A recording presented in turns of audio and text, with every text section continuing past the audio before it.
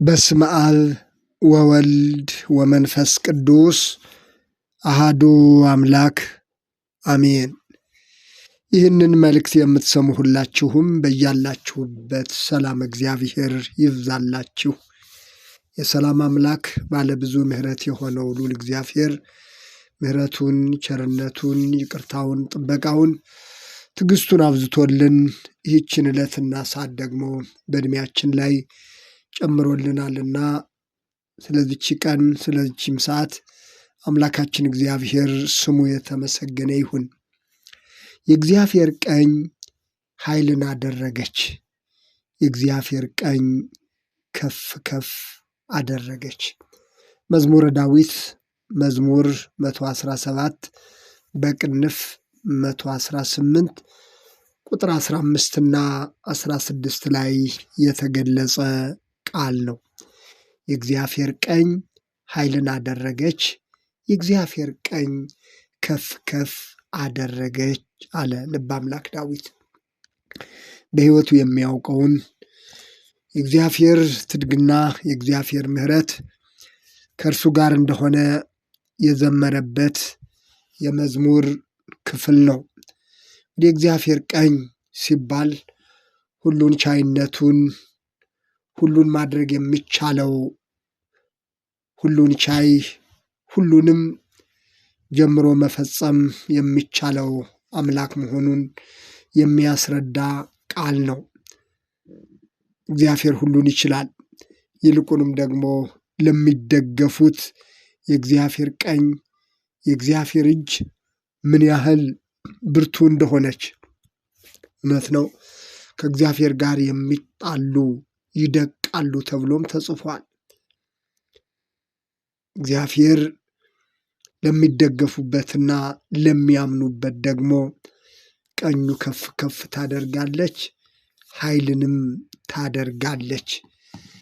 መዝሙረ ዳዊት መዝሙር 117 በቅንፍ 118 ከቁጥር 1 ጀምሮ እንደዚህ ይላል።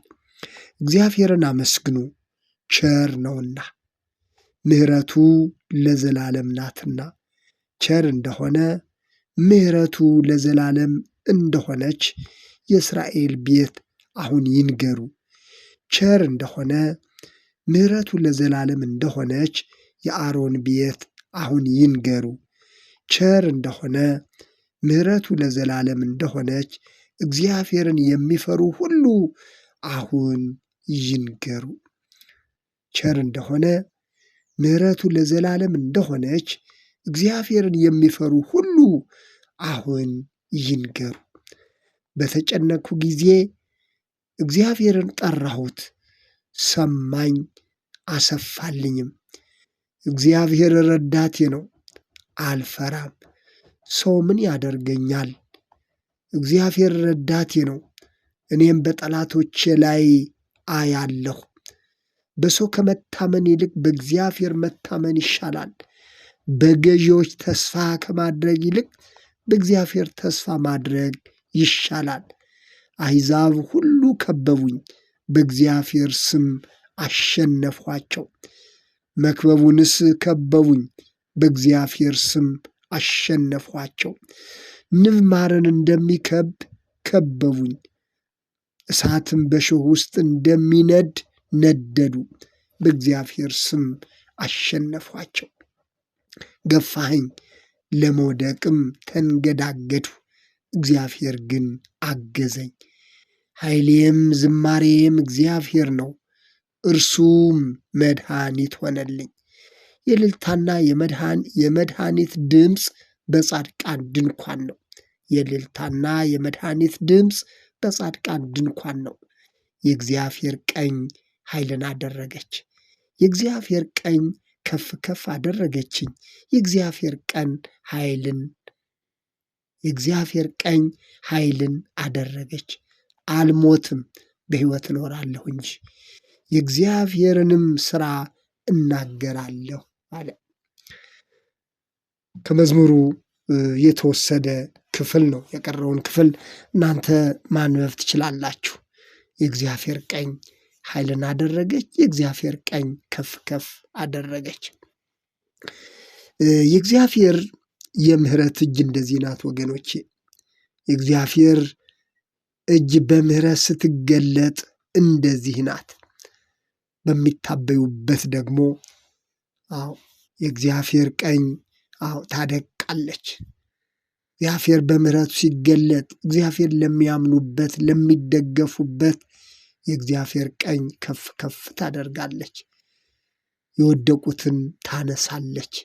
እግዚአብሔር የወደቁትን ያነሳል፣ የተፍገመገሙትንም ሁሉ ይደግፋቸዋል ተብሎ ተጽፏልና በእርሱ ተደግፈን እስከዚች ቀን ደርሰናል። ዳዊት ብቻ አይደለም ይህንን የእግዚአብሔርን ምሕረት በሕይወቱ ያየ ወገኖች፣ እያንዳንዳችን ይህችን ቀን ብቻ ስናስብ ባለፉት ጊዜያትና በዘመናችን ሁሉ በእግዚአብሔር ምሕረት ተደግፈን የእርሱ ቀኝ ስለደገፈችን እርሱ ስለረዳን ብቻ ለዚች ቀን ደርሰናል።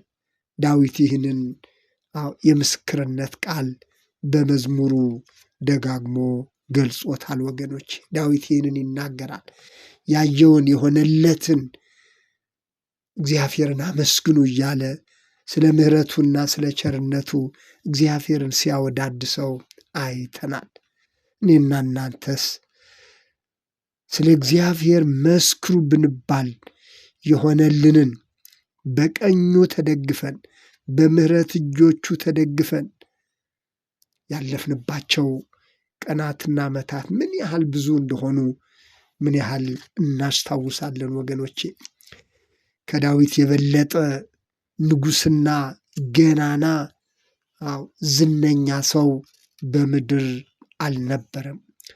መታመኛው ግን እግዚአብሔር ብቻ ነው። ረዳቴ፣ መታመኛዬ፣ መጠጊያዬ ሲል እግዚአብሔርን ያወዳድሳል።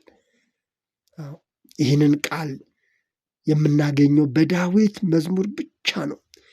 ይህንን የምስክርነት ቃል የተናገረ በሕይወቱ የሆነለትን የመሰከረ ረዳቴ፣ መታመኛዬ፣ መጠጊያዬ ሲል እግዚአብሔርን ያመሰገነ ያወዳደሰ ዳዊት ነው።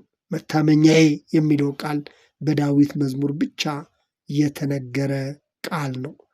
ይህንን ቃል ዳዊት ወደ 6 ጊዜ ጠቅሶት እናገኛለን ወገኖቼ።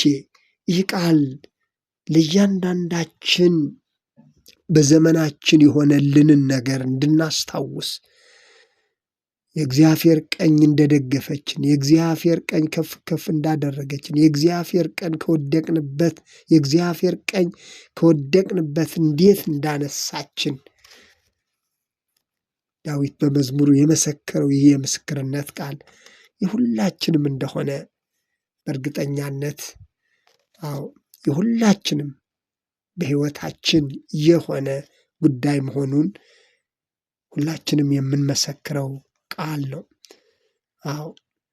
ዳዊት መታመኛዬ፣ እግዚአብሔር መታመኛዬ፣ በእግዚአብሔር ታመኑ፣ በእግዚአብሔር ቸርነት ታመኑ፣ በእግዚአብሔር ምሕረት ታመኑ የሚለው ነገር የሚገርመው ነገር በዳዊት መዝሙር ወደ 15 ጊዜ የተጠቀሰ ቃል እናገኛለን። እግዚአብሔር መታመኛዬ ነው ይላል። በእግዚአብሔር ታመንሁ ይላል። በእግዚአብሔር ምሕረት ታመንሁ ይላል። መታመኛዬ እኮ አንተ ብቻ ነህ ይለዋል እግዚአብሔርን።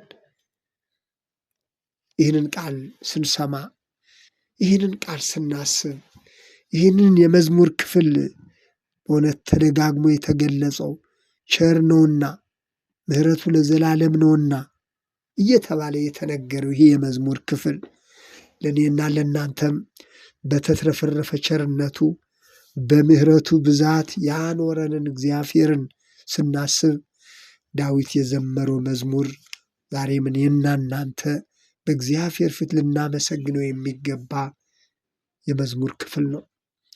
በእርሱ ቸርነት እንኖራለን። ምሕረትና ቸርነት በሕይወት የዘመን ሁሉ ይከተሉኛል ያለው ዳዊት ነው። በሕይወት የዘመን ሁሉ ያንተ ቸርነት በሕይወት ዘመን ሁሉ እየተከተለኝ፣ የአንተ ምሕረት በሕይወት ዘመኔ ሁሉ እየተከተለኝ እስከዚች ቀን ደርሻለሁ፣ በአንተ ቤት እኖራለሁ ሲል እግዚአብሔርን በመዝሙሩ አመሰገነ። የእግዚአብሔርን ቸርነት የሚያስብ ሰው እንደዚህ ነው ወገኖች። ምሕረቱን የሚያስብ ሰው እንደዚህ ነው። ቸርነቱን የሚያስብ ሰው እንደዚህ ነው። ይህንን የመዝሙር ክፍል በማስተዋል ስናነበው ምን ያህል በእያንዳንዳችን ሕይወት የእግዚአብሔር ምሕረት እንደበዛለን ወገኖቼ። በብዙ የሚያስጨንቁ አስፈሪና አስጊ ነገሮች በየቀኑ በሚሰሙበት ዓለም ውስጥ ሆነን በየቀኑ የሚያሳቅቁ፣ የሚያስፈሩ፣ የሚያስደነግጡ ነገሮችን እያየን እየሰማን እርሱ በምሕረቱ እየተከተለን ወጥተን እንገባለን። ዛሬም ወገኖች እግዚአብሔርን ተስፋ ማድረግ፣ በእርሱ መታመን፣ የእግዚአብሔር ቀኝ ዕለት ዕለት እንደምትደግፈን፣ የእግዚአብሔር ቀኝ ከወደቅንበት ከተፍገመገምንበት እንደምታነሳን እንደ ዳዊት ምሕረቱን ማሰብ ይገባናል። የእግዚአብሔር ቀኝ ኃይልን ታደርጋለች፣ የእግዚአብሔር ቀኝ ከፍ ከፍ አደረገችኝ አለ። ከፍ ከፍ አደረገችኝ። በእርሱ ምሕረት ኖረናል። ባለብዙ ምሕረት የሆነው እግዚአብሔር ስሙ የተመሰገነ ይሁን። ዛሬም በብዙ ተስፋ መቁረጥ ውስጥ ያለን ሰዎች እንኳ ብንኖር የእግዚአብሔር ምሕረት ከኛ ጋር መሆኑን፣ እርሱ መጠጊያችን መሆኑን፣ እርሱ መደገፊያችን መሆኑን በምንፈራቸው፣ በምንሰጋባቸው፣ በምንፈራባቸው ነገሮች ሁሉ እርሱ በምሕረቱ እንደሚሸፍነን በሰው ሰውኛ ሳይሆን በእግዚአብሔር ምሕረት ብቻ የምንኖር መሆኑን ይህንን ዳዊት የዘመረውን የመዝሙር ክፍል ስናስብ ዛሬም የእግዚአብሔር ምሕረት ያኖረናል። ዛሬም የእግዚአብሔር ቸርነት ያኖረናል። ምሕረቱንና ቸርነቱን ያላራቀ ሁልጊዜም በምሕረቱ የሚያኖረን መጠጊያችን፣ መታመኛችን እግዚአብሔር ስሙ የተመሰገነ ይሁን። የእግዚአብሔር ቀኝ ኃይልን አደረገች፣ የእግዚአብሔር ቀኝ ከፍ ከፍ አደረገች አለ ልበ አምላክ ዳዊት። ዛሬም በቀኙ ተደግፈን በምሕረት እጆቹ ተደግፈን የሚያኖረን እግዚአብሔር ስሙ የተመሰገነ ይሁን።